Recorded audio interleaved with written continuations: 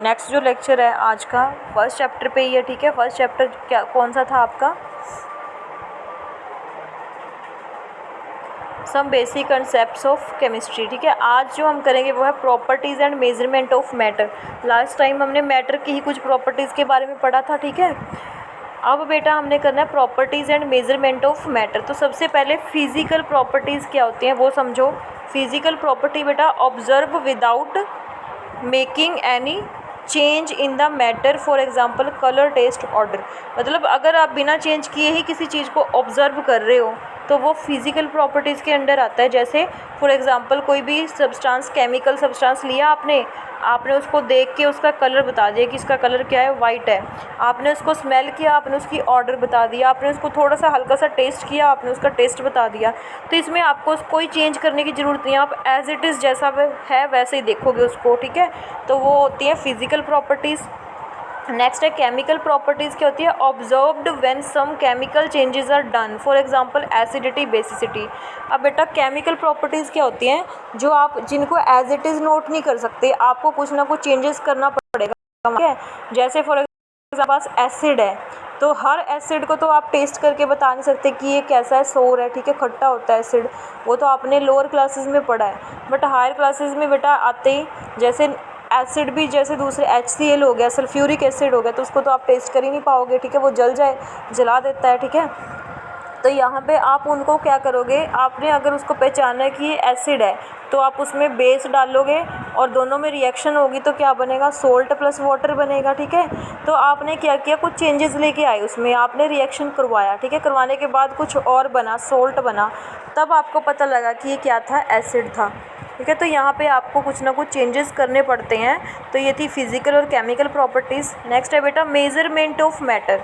अब जो मैटर है उसको मेज़र कैसे करना है, ठीक है। तो सबसे फर्स्ट जो सिस्टम था वो था इंग्लिश सिस्टम, बट उसमें there is no place of decimal in the. अब बेटा कोई चीज़ है, ठीक है, दो तरह से आप उसकी मेजरमेंट कर सकते होता है। नंबर मान लो 2, ठीक है, इसके पीछे आप लिखोगे यूनिट, ठीक है। मतलब जैसे 2 यूनिट क्या है, केजी हो सकता है, 2 मीटर हो सकता है, 2 किलोमीटर हो सकता है, ठीक है। तो नंबर के आगे आप हमेशा यूनिट यूज़ करते हो। अब यहाँ पे जो इंग्लिश सिस्टम था उसमें जैसे आपकी डिजिट्स तो थी, ठीक है, फ्रैक्शनल वैल्यू नहीं थी कोई भी, मतलब डेसिमल को कोई प्लेस नहीं दिया गया। मान लो 2.5 अगर हमने कोई चीज़ लेनी है तो उसका इंग्लिश सिस्टम में उसका कोई प्लेस ही नहीं था। आप या तो 2 लोगे या 3 केजी लोगे या 4 केजी लोगे, आप हाफ तो ले ही नहीं सकते, ठीक है। तो ये उसका एक ड्रॉबैक था इंग्लिश सिस्टम का। नेक्स्ट आया बेटा metric system. Metric system 18th century में फ्रांस में डेवलप हुआ, बहुत ही ज़्यादा फॉलो होने लगा ये, ठीक है। क्यों? क्योंकि यहाँ पे डेसिमल को भी प्लेस दिया गया था, उसको इंक्लूड किया गया था। मान लो 2 केजी कोई चीज़ आप ले रहे हो तो आप हाफ भी ले सकते हो, 2.5 भी ले सकते हो, वो जो इंग्लिश में आप ले नहीं सकते थे, ठीक है। तो ये एक ड्रॉबैक था इंग्लिश सिस्टम का, जो मीट्रिक सिस्टम में क्या था, इंक्लूड कर लिया गया। ये दोनों सिस्टम बेटा पहले यूज़ किया करते थे। अब जो यूज़ होता है वो है international system of units, SI unit, जो आज भी आप यूज़ करते हो, बहुत ही ज़्यादा इंपॉर्टेंट है ये बेटा कब एक्सेप्ट किया गया? 11th general conference. जब 11th जनरल कॉन्फ्रेंस बैठी इसके ऊपर वेट और मेजरमेंट को लेके, तो वहाँ पे इसको साइन किया गया, एक्सेप्ट किया गया, पेरिस में इसको साइन किया गया। कब? 1875 में। बहुत इंपॉर्टेंट है ये। इसमें उन्होंने 7 बेसिक यूनिट्स को लिया, ठीक है।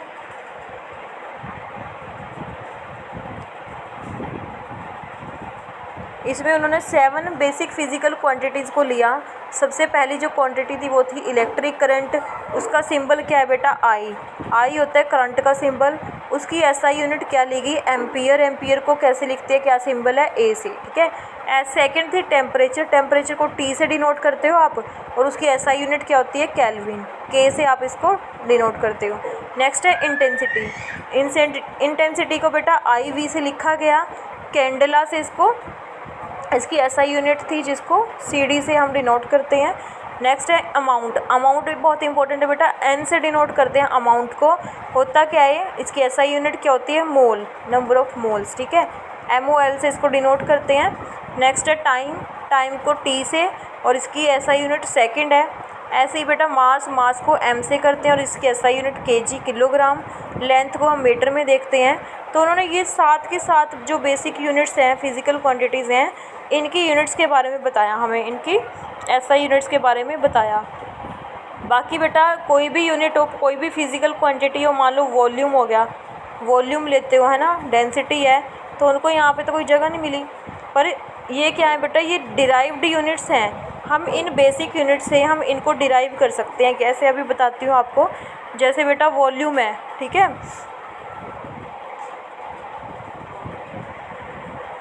जैसे वॉल्यूम है, ठीक है, वॉल्यूम क्या होता है, length into breadth into height, ठीक है, ये फॉर्मूला होता है। मतलब वॉल्यूम क्या होता है, मीटर क्यूब, ठीक है। अब ये है तो ये लेंथ ही है ना, लेंथ को ही आप मीटर में देखते हो, तो यहाँ पे लेंथ है, तो लेंथ को यूज़ करके वॉल्यूम को डिराइव कर लिया गया, ठीक है। तो वॉल्यूम क्या होता है, मीटर क्यूब, 3 बार लेंथ को यूज़ किया तो मीटर क्यूब। तो ये यहाँ से हम डिराइव कर सकते हैं। इन 7 बेसिक जो फिजिकल क्वांटिटीज़ है, इनसे हम बाकी सारी फिजिकल क्वांटिटी को डिराइव कर सकते हैं। ऐसे डेंसिटी क्या होती है बेटा, मास ओवर वॉल्यूम। मास को किस में लेते हैं हम, केजी में, ठीक है, और वॉल्यूम को किस में लेते हैं हम, मीटर क्यूब में। तो यहाँ से इसका भी आप ऐसा यूनिट निकाल सकते हो, ठीक है। तो बाकी सारी फिजिकल क्वांटिटीज़ की ऐसा यूनिट हम यहाँ से डिराइव करते हैं इन 7 बेसिक फिजिकल क्वांटिटीज़ से। तो नेक्स्ट है बेटा प्रेफिक्स यूज्ड। नेक्स्ट है यहाँ पे prefix used in SI units. अब जैसे मीटर है, कई बार आपने देखा होगा, पढ़ा होगा, मिलीमीटर होता है, किलोमीटर होता है, ठीक है, पिकोमीटर होता है, सेंटीमीटर होता है। तो इनके आगे जो प्रेफिक्स यूज़ किए होते हैं उनका क्या मतलब है, ठीक है। तो जो पिको है, सबसे पहले बेटा पिको का मतलब होता है 10⁻⁻12, ठीक है, और इसको स्मॉल p से डिनोट करते हैं। नैनो का मतलब यहाँ पे होता है 10⁻⁻9। माइक्रो का मतलब होता है 10⁻⁻6। आपने बेटा यहाँ से ध्यान रखना है, 10⁻1 से स्टार्ट करना है ये, ठीक है, यहाँ से, इसको हम डेका बोलते हैं। फिर 10⁻⁻ में वैल्यू जाती जाएगी 1 2 3, 3 के बाद 3 का टेबल आ जाता है, 3 2 6, 3 3 9, 3 4 12। ऐसे ही नीचे पॉजिटिव में लेनी है 2 3, 3 के बाद फिर वही टेबल स्टार्ट हो जाता है 12 तक, ठीक है। तो -12 से +12 तक जाना है लेके आपने। तो सबसे पहला -12 क्या होता है, पिको, नैनो, माइक्रो, ठीक है, फिर उसके बाद milli, centi, deci, deca, hecto, kilo, mega, giga और टेरा। तो ये आपने अच्छे से लर्न करनी है, बहुत इंपॉर्टेंट है बेटा, ये आपकी केमिस्ट्री में भी, फिजिक्स में भी बहुत यूज़ होनी है आगे, ठीक है। तो नेक्स्ट बेटा है आपका मास एंड वेट, जो क्वांटिटीज़ हैं। सबसे पहले तो मास एंड वेट, ठीक है, मास और वेट में क्या डिफरेंस है ये बताती हूँ आपको। मास क्या होता है, किसी भी चीज़ में कितना मैटर प्रेजेंट है, कितना अमाउंट ऑफ मैटर प्रेजेंट है, वो उसका मास है, और ये हमेशा कांस्टेंट रहेगा। आप किसी भी मर्जी प्लेनेट पे चले जाओ, आपका मास जो है वो कांस्टेंट ही रहना है। वो अगर आपका मास टोटल कितना है 50 kg है, तो वो 50 kg रहेगा, आप जहाँ मर्जी चले जाओ, ठीक है। बट वेट क्या है, वेट तो बेटा क्या है, force exerted on the body by gravity. आपका जो वेट है, मान लो आपका वेट 50 kg है, तो वो किस वजह से है, वो इस वजह से है कि आपको ग्रेविटी अपनी तरफ कितना खींच रही है, ठीक है, तो वो आपका वेट है। और इट चेंजेस अकॉर्डिंगली, ये बेटा चेंज हो सकता है। अर्थ पे हमारा वेट कुछ और होगा, और अगर किसी और प्लेनेट पे हम जाएंगे, वहाँ पे ग्रेविटी की फोर्स नहीं होगी, तो वहाँ पे हमारा वेट कुछ और होगा, ठीक है। तो मास और वेट में ये डिफरेंस आपको अच्छे से आना चाहिए। उसके बाद बेटा वेट या मास को हम किस यूनिट में लेते हैं, ऐसा यूनिट क्या होती है, kg। और 1 kg में अनदर यूनिट भी यूज़ करते हैं, ग्राम, और 1 kg में कितने ग्राम्स होते हैं, 1000, ठीक है। नेक्स्ट है वॉल्यूम। वॉल्यूम मैंने अभी बताया था आपको, ये फॉर्मूला होता है वॉल्यूम का, length into breadth into height. तो मीटर क्यूब इसका फॉर्मूला, तो इसकी ऐसा यूनिट क्या होगी, 1 मीटर क्यूब।